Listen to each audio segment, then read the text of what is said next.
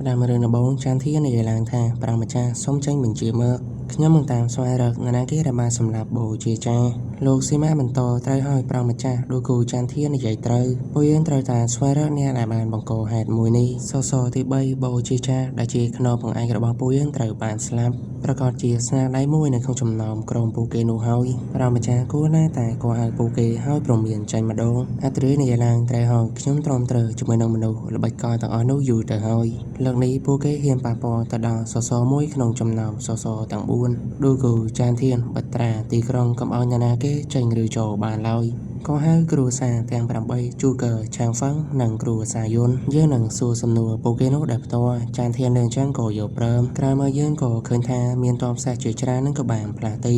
ហើយចុះហ្វានៅក្នុងគ្រួសារយុននិយាយឡើងថាសម្លេងនេះស្ដាប់មើលទៅពីរោះដល់ហើយយ៉ងនេះក៏សួរយ៉ាងម៉េចតើលោកចង់ឲ្យពិភពលោកនេះត្រូវបានបំផ្លាញមែនទេចុះហ្វាទៅវិញពិតណាស់នេះគឺជាខ្ញុំតើនាងរំពឹងទុកអ្វីចេញពីខ្ញុំមិនអញ្ចឹងទេតែខ្ញុំអាចប្រើប្រាស់ល្បិចកលបានយ៉ាងម៉េចទៅរួចឥឡូវនេះគ្រាន់តែជាភាពអ៊ូអរប៉ុណ្ណោះមិនមែនជាការជាប់គាំងទាំងស្រុងទេសាររឿងក៏កាន់មកដល់ទីក្រុងឃុំនៀកខ្លាទី1ក៏ធ្វើរមាមកកាន់ទីនេះលោកម្ចាស់ហងពូតាមបញ្ជារបស់អធិរាជសូមលោកធ្វើរមាទៅកាន់រាជវាំងអធិរាជនៅពេលនេះធានយល់នៅចង់តបថាតើនេះគឺជាពេលអីហើយបានជាចលាចលម្លេះខ្លាទី1បន្តបូជាចាយន្តសនជីត្រូវបានសម្លាប់ព្រះអង្គម្ចាស់គឺចង់ស្វែងរកជនដែលបង្កហេតុទទួលបានដំណឹងបែបនេះពួកគេនោះក៏ភ្ញាក់ផ្អើល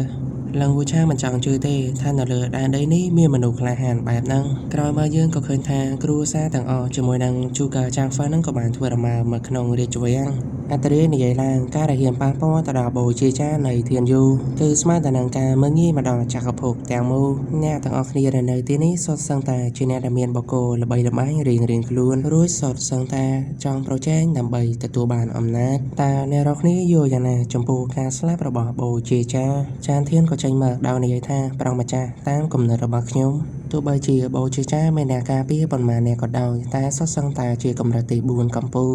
ជនសង្ស័យអាចជាមនុស្សមិនធម្មតាប្រើអំណាចយ៉ាងខ្លាំងទើបអាចសម្លាប់គាត់បានរួចធ្វើសកម្មភាពហ្នឹងដោយមិនអាចបង្កសម្លេងជនសង្ស័យអាចជាមនុស្សដែលមានឥទ្ធិពលយ៉ាងខ្លាំងនៅក្នុងចក្រភពមួយនេះឡើងមួយឆាងនិយាយឡើងការបកស្រាយរបស់មេតបធំដូចជាមិនច្បាស់ទេបានចោទប្រកាន់មើលគ្រួសារធំទាំង8តើលោកបានភ្លេចហើយឬក្រៅពីគ្រួសារទាំង8នៅក្នុងធានយូក៏មានអំណាចខ្លាំងផ្សេងទៀតដែរគឺសសរទាំង4ជាពិសេសគឺសសរទី1និងទី2ចានធានតវិញលោកនិយាយអ្វីហ្នឹងឡើងវូឆាងតើលោកសង្ស័យមកលើខ្ញុំមែនទេខ្ញុំតែងតែជាមនុស្សស្មោះត្រង់ត្រឹមត្រូវនិងបើកចំហជានិច្ចបូជាចាតែងតែមានចិត្តល្អមើលចំពោះខ្ញុំរហូតតើខ្ញុំអាចនឹងតបស្នងគាត់ជាមួយនឹងទង្វើថោកទាបអញ្ចឹងបានដែរឬ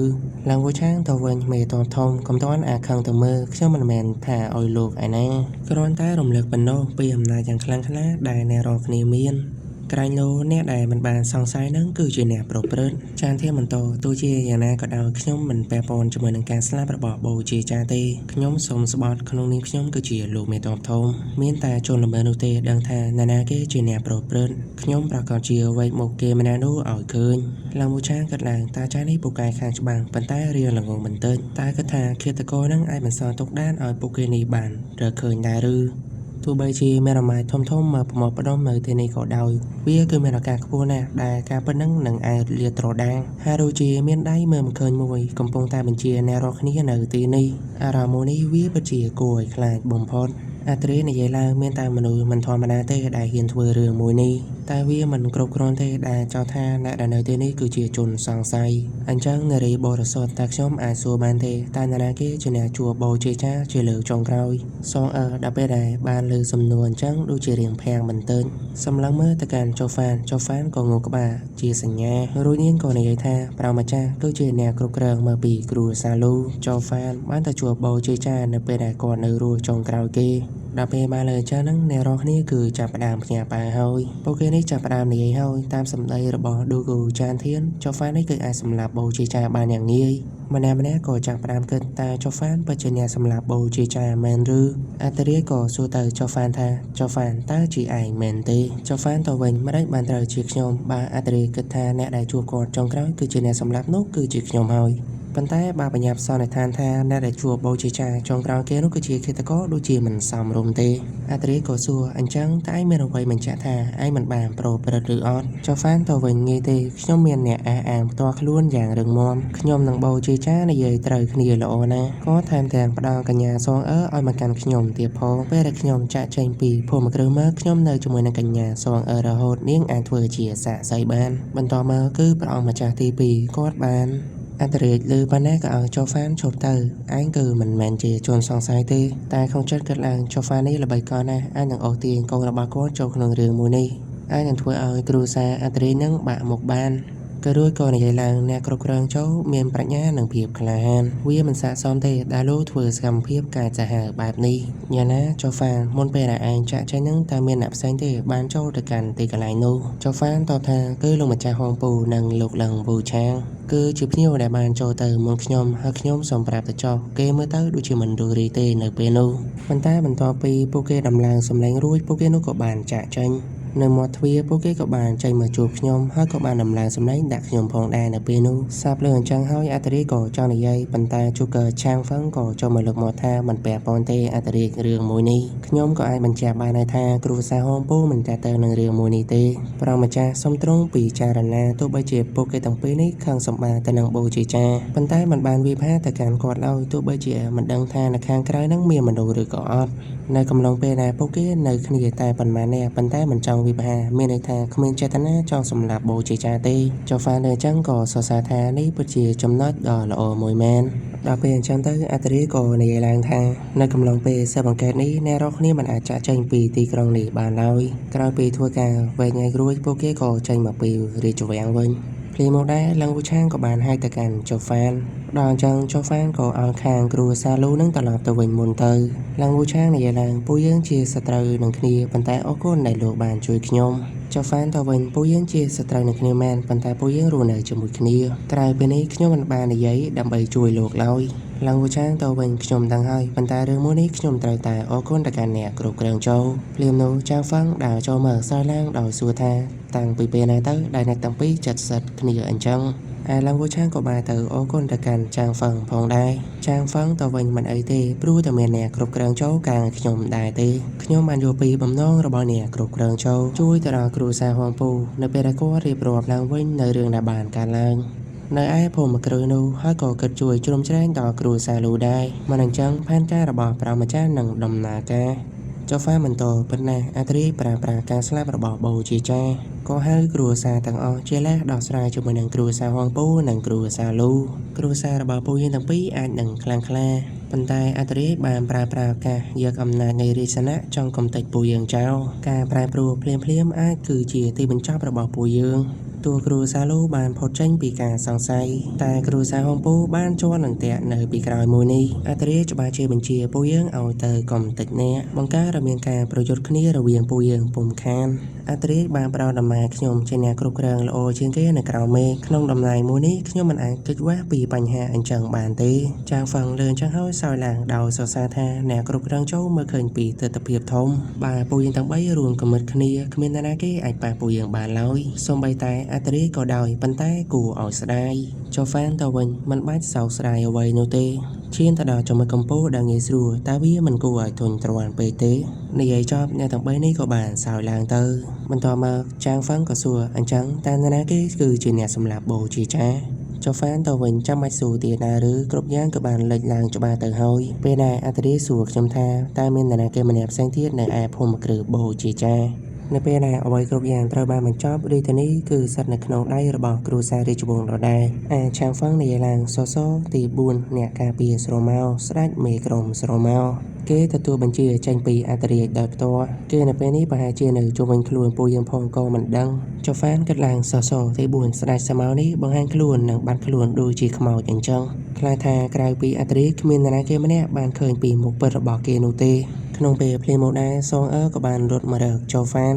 នាងប្រាប់ថាសៅដងជឿនឹងអ្នកផ្សេងទៀតសិននៅក្នុងគ្រួថ្នាក់ហើយសូមទៅជួយពួកគេនោះផងចុះហ្វានក៏ឡើងតែមានបញ្ហាទៅលើគ្រួសារយន្តធ្វើរមាទៅកាន់ភ្នំខ្យល់ខ្មៅមែនទេប៉ុន្តែម្ដេចបានជានាងដឹងថាពួកគេគឺសិននៅក្នុងគ្រួថ្នាក់សងបន្តទៀតខ្ញុំទទួលបានអារម្មណ៍ដឹងពីរឿងមួយនេះដល់ពេលអញ្ចឹងទៅមើលរបស់ចុះហ្វានក៏ប្រែទៅជាភ្ញាក់ផ្អើលចាងហ្វឹងនិយាយឡើងនារីបរិសុទ្ធអាចមើលឃើញពីជោគវាសនាញាណនាងទទួលបានអាចគឺជាការពិតចុះហ្វានបន្តបើអញ្ចឹងខ្ញុំនឹងទៅមើលរាជធានីនៅខាងក្រៅសង្ឃឹមថាពលលោកអាចជួយអ្នកនាងសងទៅកាន់គ្រួសារលោកដែលមានសុវត្ថិភាពឡើងមួយឆាងប្រាប់ថាឥឡូវទីក្រុងមួយនេះគឺបានបិទត្រាទៅហើយមិនអាចចេញឬចូលបានទេតែអ្នកគ្រប់គ្រងចូលចង់បំបែកត្រាចេញទៅក្រៅឬចុះហ្វានឆ្លើយទៅវិញលោកឆ្លាតប៉ុណ្ណឹងដែរប្រសពគិតគូណាស់ចុះហ្វានបើការភ្នែកទេរួចក៏បន្តថាខ្ញុំមិនអោយអធិរាជលើមួយនេះដាក់សម្ពាធមកកាន់ខ្ញុំទេនិយាយចប់គាត់ក៏ផ្លាស់ទីក្នុងលំហចេញពីទីកន្លែងមួយនេះទៅឡើងវូឆាងនិយាយឡើងចុះហ្វានជំនាញរបស់គេនេះពិតជាចម្លែកមែនបើសិនជាគេចង់ចាក់ចែងពីទីក្រុងមួយនេះតើមាននរណាគេដឹងចាងហ្វាំងក៏បន្តត្រូវហើយនរណាគេទៅដែលរងទុកព្រោះតែល្បិចមួយនេះឮពីសម្ដីឌីដងអញ្ចឹងឡើងវូឆាងក៏រៀងខឹងផងដែរក្រោយមកអ្នកទាំងពីរក៏បានជួនកញ្ញាសងនៅមកកាន់គ្រូចាលូវិញនាងក៏អរគុណទៅកាន់ពួកគេឡើងវូឆាងក៏រៀងសោកស្ដាយជាមួយនឹងការបាត់បង់របស់មហាបូជាចារ្យឬក៏សួរតាសងនឹងគឺមានកម្រងអ្វីទៀតសងតបថាដើម្បីសម្ដែងនៃការដឹងគុណរបស់អធិរាជសពរបស់លោកតានឹងកប់នៅក្រោយរាជវាំងឡើងវូឆាងតបថាតាបូជាចារ្យនឹងអាចនឹងចាកចេញទៅស្ងប់ចិត្តបានទេពេលដែលសត្រូវសម្លាប់ខ្លួននឹងធ្វើពុតជាមនុស្សល្អសងនាងលើអញ្ចឹងក៏រៀងភ្ញាក់ផ្អើលហើយសួរថាតើលោកឡើងវូឆាងនិយាយអ្វីហ្នឹងឡើងវូឆាងដល់ពេលអញ្ចឹងក៏រៀងពិបាកដែរខ្ញុំនិយាយខ្លាំងពេកហើយមើលទៅមុននេះខ្ញុំរអ៊ូតែម្នាក់ឯងទេគ្រាន់តែធ្វើដូចជាគ្មានរឿងអ្វីកើតឡើងទៅសងទៅវិញអត់ទេមុននេះខ្ញុំលើលោកនិយាយច្បាស់ណាស់ថាជាសត្រូវតែលោកដឹងថានរណាគេជាអ្នកសម្លាប់ជីតារបស់ខ្ញុំមែនទេសូមប្រាប់ខ្ញុំមកឡើងវូឆាងដែលចាក់ចែងតបថាលើកលែងឲ្យខ្ញុំផងប៉ុន្តែខ្ញុំមិនដឹងអ្វីទេជាការល្អដែលអ្នកនាងទៅសួរអ្នកគ្រប់គ្រងចុះហ្វានឬថាឲ្យទៅសួរអ្នកគ្រប់គ្រងចុះហ្វានអញ្ចឹងនាងក៏រៀងផ្លាស់ប្ដូរតែគាត់គឺជាអ្នកដែលបានសម្លាប់ជីតារបស់ខ្ញុំមែនទេនៅខាងណាចាងហ្វាននិយាយឡើងលោកដូចជាមិនល្អទេចុះហ្វានធ្វើល្អដាក់លោកទៅហើយប៉ុន្តែលោកបានចេះទុករឿងឈឺក្បាលមួយឲ្យគេទៅវិញគ្រួសារលោកនិងគ្រួសារយន្តមានទំនាក់ទំនងជិតស្និទ្ធនឹងគ្នាបើសិនគ្រួសារយន្តមានបញ្ហាគ្រួសារលោកនឹងអូសទាញទៅជាមួយដែរឡើងវូឆាងទៅវិញមន្ត្រីជាន់ខ្ពស់ក្រែងចុះហ្វានបានប្រាប់ថាជួយពួកយើងឯណាយអញ្ចឹងគេនៅតែជាសត្រូវរបស់ពួកយើងខ្ញុំជឿថាគេនឹងធ្វើដូចគ្នាបើសិននៅក្នុងសារភាពមួយនេះដោយសារអ្វីគ្រប់យ៉ាងនៅក្នុងសារភាពតច្រកតតែមាននរណាគេម្នាក់ចេញមកបង្កចលាចលមិនថាពួកយើងទាំងពីរមិនចង់ទទួលបានចំណាប់អារម្មណ៍ខ្លាំងជាងគេក៏ដោយសារមាននរណាគេម្នាក់ចាប់ផ្ដើមបង្ករឿងអញ្ចឹងពួកយើងគឺមានរឿងច្រើនណាស់ដែលត្រូវរងចាំមើលសាររឿងក៏កាលមកដល់ដើម្បីចាចេញទៅកាន់ភ្នំខ្យល់ខ្មៅវិញរបស់គ្រូសាលូភ្លាមមកដែរនៅខាងក្រោយខ្នងរបស់ពួកគេចំហាយពណ៌ក្រហមនឹងក៏បានលេចឡើងឈៀនយានហៃនិងព្រឹទ្ធាចារ្យក៏បានរងចាំរួចជាស្រេចទៅហើយទីបំផុតពួកគេនេះបានមកដល់ហើយយើងបានឃើញថាមានមនុស្សមួយក្រុមពួកគេនេះស្រោបទៅដោយគ្រឿងសឹកនិងរបាំងមុខព្រឹទ្ធាចារ្យឃើញចឹងនិយាយឡើងពួកគេនេះមិនមែនជាអ្នកវឹកហាត់កម្រិតទី4ធម្មតាទេឈៀនបន្តថាតែមនុស្សចម្លែកកម្រិតទី4មួយក្រុមហ្នឹងអាចធ្វើអ្វីបានទៅឈៀននិងយានហៃក៏សម្បើចូលទៅដើរបន្តថាមិនជឿនោះទេលើលោកនេះមានមនុស្សចម្លែកដូចជាចុះហ្វានទី2នោះចំណែកព្រឹទ្ធាចារ្យឃើញចឹងគាត់គឺមិនតមកចេញសកម្មភាពអ្វីទេឯពួកគេក៏មើលស្គាល់ថានេះគឺជាលោកម្ចាស់ភ្លើងតកនៃគ្រួសារលោកទេតាឈៀនក៏មិនចេញធម្មពលតករបស់នាងដោយប្រាប់ថាខ្ញុំជាមនុស្សស្រីទេតារួចកម្លាំងតករបស់នាងនេះគឺអាចបង្កពួកគេនោះបានបាត់ទៅហើយនាងថែមទាំងហោះឆ្លងកាត់ពួកគេនេះដោយសោចំអកទៀតផងខ្ញុំប្រាប់ហើយពួកគេនេះត្រឹមតែជាកម្រិតទី4គ្មានតម្លៃឲ្យពួកយើងប្រើសម្បីតែមួយស្នៀតផងយានហៃក៏ប្រើធម្មពលភ្លើងរបស់គេនឹងបង្ហោទៅកាន់ពួកគេទាំងនោះទៅព្រឹទ្ធាចារ្យនៅខាងលើនេះមានអារម្មណ៍ថាពួកឈុតខ្មែរទាំងអស់នេះមិនងាយស្រួលនៅក្នុងការចាត់ការនោះទេនៅខាងក្រោមនៅវិញរាងកាយមនុស្សឈុតខ្មែរពីរនាក់ក៏ប្រែទៅជារលាយបាត់ឈៀនដល់ពេលបានឃើញអញ្ចឹងក៏រៀងភ្ញាក់ផ្អើលបន្តិចផងដែររួចពួកគេក៏បានបង្ហាញខ្លួនឡើងមកវិញគ្មានរបួសតតែសោះថែមទាំងសោចឌឺទៀតផងគ្រួសារលោកម្ចាស់ភ្លើងតកមើលទៅដូចជាគ្មានអ្វីអស្ចារ្យទេយានហៃនិយាយថាប៉ូកេម៉ុននេះរលាយជាបំណែកទៅហើយប៉ុន្តែផ្គុំខ្លួនឡើងមកវិញចម្លែកណាស់ត្រឹមតែជាមនុស្សកម្រិតទី4សោះហ៊ានសោចំអមកកាន់ពួកយើងផងដល់ចឹងអ្នកទាំងពីរក៏ប្រើធម្មពលភ្លើងតកនឹងវាប្រហាត់ទៅកាន់ពួកគេនោះសាជាថ្មីតែធម្មពលដែលបានបែងចែកមកនេះគឺឆ្លងកាត់រាងកាយរបស់ពួកគេមិនបានត្រូវឡើយអំណាចបែងចែកមកនេះក៏ទៅបង្កការផ្ទុះនៅខាងក្រោយពួកគេនោះវិញ ភ្លាមគេម្នាក់ក៏បានផ្លាស់ទីយ៉ាងលឿនផ្លែកំបិតហ្នឹងគឺជិតមកដល់ករបស់ឈៀនជៀននាងបានឃើញចឹងក៏រៀងផ្ញើប៉ាផងដែររួចក៏ដកខ្លួនមកខាងក្រោយសិនយានហើយក៏ដូចគ្នាក៏បានផ្លាស់ទីមកខាងក្រោយដែរឈៀនជៀននិយាយឡើងថាតាចាលីតើលោកនៅឈើមើលធ្វើអ្វីទៀតម្ដេចបានជាមិនធ្វើអ្វីខ្លះទៅប្រតិចាលីតបថាពួកគេនោះគ្មានរាងកាយទេប្រើប្រាស់ការវាយផាប្រលឹងទៅក្នុងពេលនោះដែរមនុស្សឈុតខ្មៅមួយក្រុមមកក៏សម្បានមកកាន់ពួកគេសារជាថ្មីអ្នកទាំងពីរនេះដល់ពេលឃើញចឹងក៏ចាប់ផ្ដើមបញ្ចេញធម្មពលប្រលឹងរបស់ពួកគេដែលតកាមនុស្សមួយក្រុមមកឃើញថាពិតជាអាចវាយផាត្រូវបានពិតមែនពេលអញ្ចឹងទៅមនុស្សឈុតខ្មៅមួយក្រុមមកក៏ថយមកខាងក្រោយសិនឈៀនជៀននិយាយឡើងការវាយផាប្រលឹងរបស់ពួកយើងទាំងពីរមកនេះគ្រាន់តែធ្វើឲ្យពួកគេថយទៅក្រោយបន្តិចប៉ុណ្ណោះមិនអាចចាត់ការទៅកាន់ពួកគេសូម្បីតែម្នាក់ឯមនុស្សឈុតខ្មៅស្រែកឡើងថាចូលក្នុងអន្ទះហើយរួចក៏ចាប់ផ្ដើមបញ្ចេញធម្មពលក្រហមរបស់ពួកគេឡើងពណ៌រាងកាយរបស់ពួកគេហើយដូចជាបង្កើតទៅជាក្បួនមួយអញ្ចឹងប្រតិចាលីក៏រៀងភ្ញាក់ផ្អើលព្រោះអីនេះគឺជាតាតិចរួមកម្លាំងគ្នា